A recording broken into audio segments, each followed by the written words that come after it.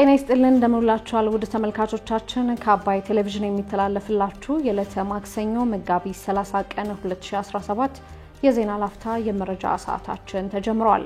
ኢትዮጵያ ውስጥ ከአፍሪካ ህብረት ስብሰባ አምባሳደሯ የተባረሩባት እስራኤል ተቃውሞ ማሰማቷን የአብን የቀድሞና የአሁኑ ሊቀመንበሮች ከፓርቲው ሽኩቻ ጋር በተገናኘ እርስ በእርስ መካሰሳቸውን እንዲሁም በትግራይ ክልል በዳኞች ላይ እየደረሰ ያለው ጫና ከባባድ ጾታዊ ጥቃቶችንና ሞትን ለመዳኘት እንቅፋት መፍጠሩ መነገሩን ጨምሮ ሌሎች መረጃዎችን ይዘናል። ከዜናዎቹ ጋር ራቢያ ከድር አብራችሁ ቆይታ አድርጋለሁ። አብራችሁን ቆዩ። ጀነራል ታደሰ ወረደ አቶ ጌታቸው ረዳን ተክተው መሾማቸውን ጠቅላይ ሚኒስትር አብይ ይፋ አደረጉ።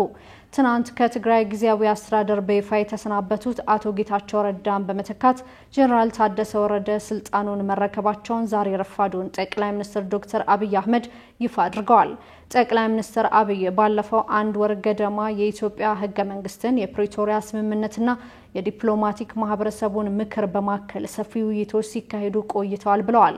የአቶ ጌታቸው የስልጣን ዘመን በህጉ መሰረት ሲያበቃ የሚቀሩ ቁልፍ ስራዎችን የሚያከናውኑ አካል ጊዜያዊ መንግስቱ መቀጠል አለበት የሚል ድምዳሜ ከተያዘ በኋላ ይህንን ሽግግር ማን መርቶ ከግብ ሊያደርስ ይችላል የሚል ውይይቶች ስናደርግ ቆይተናል ሲሉም ጠቅላይ ሚኒስትሩ ሂደቱን ጠቅሰዋል። ዛሬ በይፋዊና በሰላማዊ መንገድ በአዲስ ባህል የስልጣን ሽግግሩንና ቅብብሎሹን ለማካሄድ የተዘጋጀ ፕሮግራም አከናውነናል ሲሉም የስልጣን ርክክቡን ይፋ አድርገዋል። ጀነራል ታደሰ ባለፉት 2 ዓመታት የአቶ ጌታቸው ረዳ ምክትል ሆነው ያገለገሉ ሰው ናቸው። ባለፉት 2 ዓመታት የነበሩ ድክመቶችና ጥንካሬዎችን በግልጽ የሚገነዘቡ ሰው ናቸው ያሉት ጠቅላይ ሚኒስትር አብይ አሁን ትግራይ ውስጥ ያለውን ክፍት ሞልተው ወደፊት ሊወስዱ ይችላሉ የሚል እምነት በብዙ አካላት የታመነ ነው ሲሉ ማክለዋል። የትግራይ ህዝብ የጠማውን ሰላምና ልማት እንደሌሎች ወንድሞቹ ወጥቶ የመግባት መሻር ስናሳካ ለኢትዮጵያም ለአፍሪካም እጅግ ጠቃሚ የሆነ ነገር ሰርቶ ለማለፍ ታሪክ የሰጠችውን እድል እንደሚጠቀሙበት ተስፋ አደርጋለሁ ሲሉም ጠቅላይ ሚኒስትር አብይ አህመድ በይፋዊ ገጻቸው ላይ አስፍረዋል። ኢትዮጵያ ውስጥ ከአፍሪካ ህብረት ስብሰባ አምባሳደሯ የተባረሩባት እስራኤል ተቃውሞ አሰማች። ትናንት አዲስ አበባ በሚገኘው የአፍሪካ ህብረት ማንዴላ አዳራሽ በተካሄደው የሩዋንዳ ዘር ማጥፋትን የተመለከተ ስብሰባ ላይ በድንገት ተገኝተው የነበሩት በኢትዮጵያ የእስራኤል አምባሳደር አቶ አብርሃም ንጉሴ ከአዳራሹ መባረራቸው ተሰምቷል። በቦታው የነበሩት አንድ ዲፕሎማቲክ እንደገለጹት አምባሳደር አብርሃም ንጉሴ ልክ አዳራሽ ውስጥ እንደገቡ የበርካታ ሀገራት ተወካዮች ከፍ ባለ ድምጽ ተቃውሟቸውን አሰምተዋል ብለዋል። በዚህም የተነሳም ለተወሰኑ ደቂቃዎች ስብሰባው መቋረጡን ገልጸው አምባሳደሩ አዳራሹን ለቀው እንደወጡ ስብሰባው መቀጠሉንም አስረድተው የአምባሳደሩ በስፍራው መገኘት ያልተጠበቀ ነበርም ብለዋል። የአፍሪካ ህብረት አምባሳደሩ በስብሰባው ላይ እንዲገኙ ማን እንደጠራቸው ምርመራ ማድረግ መጀመሩን የአልጀዚራ ዘገባም ጠቅሷል። አምባሳደሩ መባረራቸውን ተከትሎ የእስራኤል ውጭ ጉዳይ ሚኒስትር ቃል አቀባይ ኦሬን ሞርሞሪስታ በሰጡት መግለጫ አምባሳደሩ በስብሰባው ላይ የተገኙት በክብር መጥሪያ ደብዳቤ ደርሷቸው እንደሆነም ጠቅሰዋል። ይሁንና ይህንን መጥሪያ በመላክ ጸረ እስራኤል አጀንዳ ያላቸው አካላት እንዲጠቀሙበት ማድረጉ አሳፋሪ ተግባር ነው ብለዋል። ቃል አቀባዩ በአምባሳደሩ ላይ ይህንን ድርጊት በፈጸሙ አካላት ላይ አስፈላጊውን ዲፕሎማሲያዊ እርምጃ እንደሚወሰድባቸውም ገልጸዋል። እንደ አውሮፓውያን አቆጣጠር በ2023 በኢትዮጵያ የእስራኤል ምክትል አምባሳደር በተመሳሳይ ከአፍሪካ ህብረት አዳራሽ መባረራቸውም ይታወሳል። በወቅቱ የእስራኤል መንግስት ይህንን ያደረጉት በደቡብ አፍሪካና አልጄሪያ ናቸው በማለት ወቀሳ መሰንዘራቸውም የሚታወስ ነው።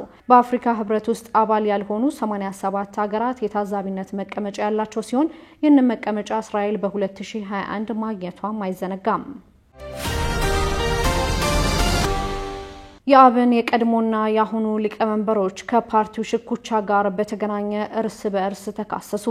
የቀድሞ የአማራ ብሔራዊ ንቅናቄ አብን ሊቀመንበር ዶክተር ደሳለኝ ጫኔ ከቀናት በፊት ፓርቲው አካሄድኩት ያለውን ጉባኤ ቅቡልነት የለውም ሲሉ የተቃውሞ ሐሳብ መሰንዘራቸውን ተከትሎ የአሁኑ ሊቀመንበር የሆኑት ዶክተር በለጠ ሞላ ፓርቲው ላይ የቀረበውን ጽሑፍ አሳፋሪ ነው ሲሉ መልሰው ከሰዋል።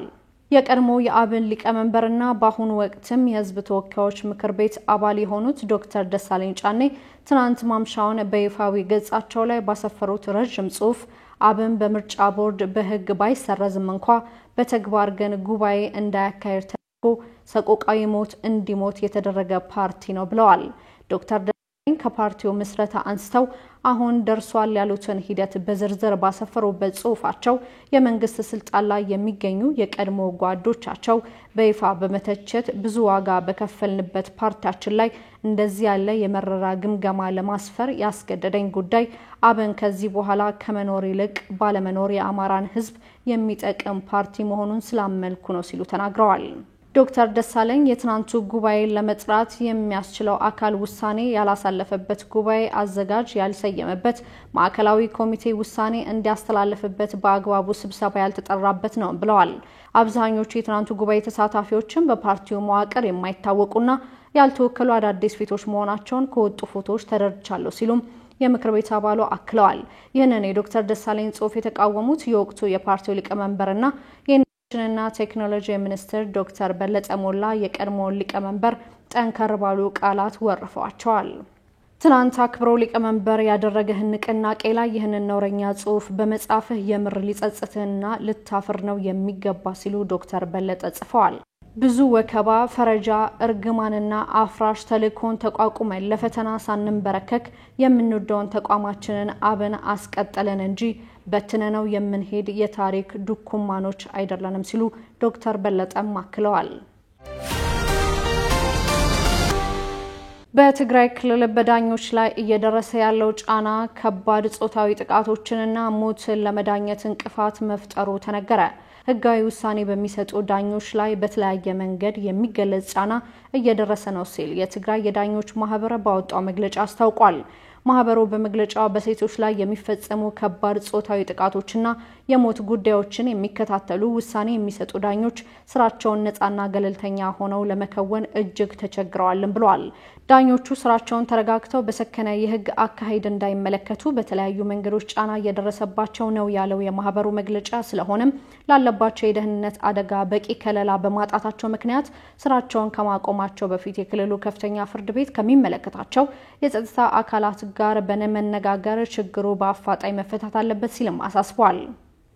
በፌደራልና በሌሎች ክልሎች የሚገኙ ዳኞች የሚያገኙትን የደሞዝ ጭማሪና ጥቅማ ጥቅም የክልሉ ዳኞች እንደተነፈጉ የገለጹት የዳኞቹ ማህበር የክልሉ ከፍተኛ ፍርድ ቤት በሌሎች ክልሎች እየተተገበረ ያለውን የጥቅማ ጥቅም አሰራር ለመመለስ በጥናት ላይ ነኝ በማለት ከአንድ ዓመት በላይ ማስቆጠሩ ልክ አይደለም ሲልም ወቅሷል። ከጦርነቱ በኋላ የትግራይ ዳኞች በከፍተኛ ፖለቲካዊ፣ ማህበራዊና ኢኮኖሚያዊ ችግሮች ቅርቃር ውስጥ ሆነው በማገልገል ላይ ይገኛሉ ያለው የማህበሩ ደብዳቤ፣ ስለሆነም የክልሉ ከፍተኛ ፍርድ ቤት የሀገሪቱን ህግና የትግራይ ነባራዊ ሁኔታን ከግምት ውስጥ በማስገባት የዳኞችን ጥቅማ ጥቅም፣ የደሞዝ፣ የደህንነትና የጸጥታ ከለላ እንዲሁም መሰል ጥያቄዎችን እንዲመልስም ጥሪ አቅርበዋል። በደቡብ አፍሪካ የኢትዮጵያ ማህበር አመራር አባል መገደላቸው ተሰማ። በደቡብ አፍሪካ አንድ የተባበሩት ኢትዮጵያ ማህበር አመራር አባል ግድያ እንደተፈጸመባቸው የሟች የሥራ ባልደረቦችና ቤተሰቦቻቸው ገልጸዋል።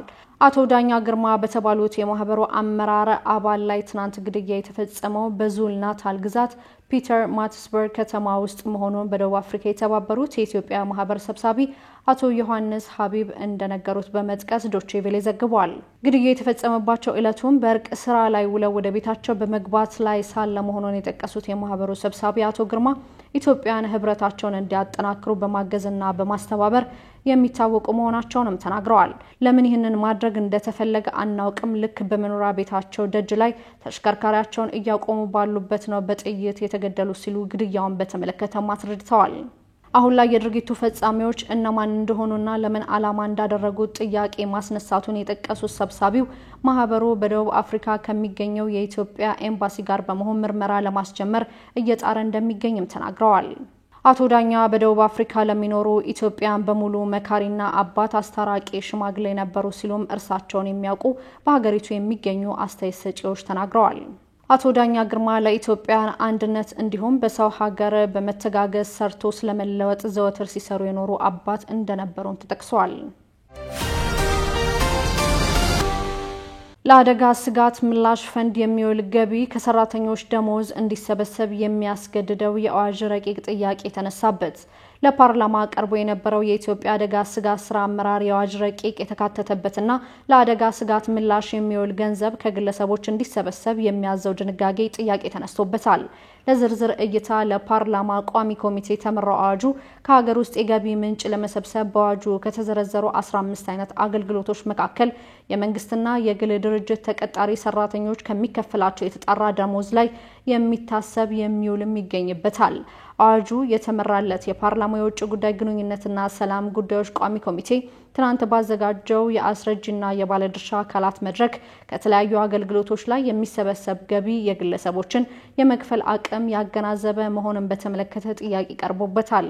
የብሔራዊ መረጃና ደህንነት አገልግሎት የህግ ዳይሬክተር አቶ አማረ ኢቲቻ በአዋጅ ረቂቁ ላይ ለአደጋ ስጋት ፈንድ ገቢ እንዲሰበሰብላቸው የሚጠበቁ አገልግሎቶች በተቀጣሪዎች ላይ ጫና የሚያሳርፉ ናቸው ብለዋል። አብዛኞቹ መዋጮዎች ካየን ወደ ግለሰቦች ነው የሚሄዱት ያሉት አቶ አማረ ይህንን ሁሉ ግለሰቦች ማድረግ ይችላሉ ሲሉ ጠይቀዋል። በዚህ የህግ ረቂቅ ላይ የተመለከቱ የተለያዩ የገቢ ምንጮች በተቋማት ላይ ሳይሆን በተጠቃሚ ላይ እንዲሆን ተደርጓል ሲሉ ማስተያየታቸውን ሰጥተዋል። አቶ አማረ በአዋጅ ረቂቅ ላይ ከተዘረዘሩ የገቢ ምንጮች ውስጥ ከኮንትሮባንድ ንግድ የተያዘ እቃ በአይነት ወይም በጨረታ ተሽጦ የሚገኝ የሚለው ላይም ጥያቄ ያነሱ ሲሆን ከህገ ወጥ እንቅስቃሴ ገንዘብ አገኛለሁ ተብሎ ህግ አይወጣም ማለታቸውንም ቲኪቫ ዘግቧል። ለአስተያየቶቹ ምላሽ የሰጡት የአደጋ ስጋት አመራር ኮሚሽን ኮሚሽነር ዶክተር ሽፈራው ተክለማርያም ከዚህ ቀደም በደርግ የስልጣን አመት ሰራተኞች የአንድ ወር ደሞዛቸውን በአንድ አመት እየከፈሉ የሚደጉሙበት ሁኔታ እንደነበርም አስታውሰዋል። የድርጅቶች የማህበራዊ ኃላፊነት ጉዳይ በአዋጅ ሳይሆን በተቋማት በኩል በበጎ አድራጎት መንገድ የሚሰሩ በመሆናቸው በዚያው አግባብ የሚታይ ነው ማለታቸውንም ዘገባው ጠቅሷል። የተለያዩ መረጃዎችን ያደረስንበት የዕለተ ማክሰኞ የቀትር ዜና ላፍታ መረጃ ሰዓታችን የተከታተላችሁትን ይመስል ነበር። ውድ ተመልካቾቻችን በያላችሁበት መልካም ቀን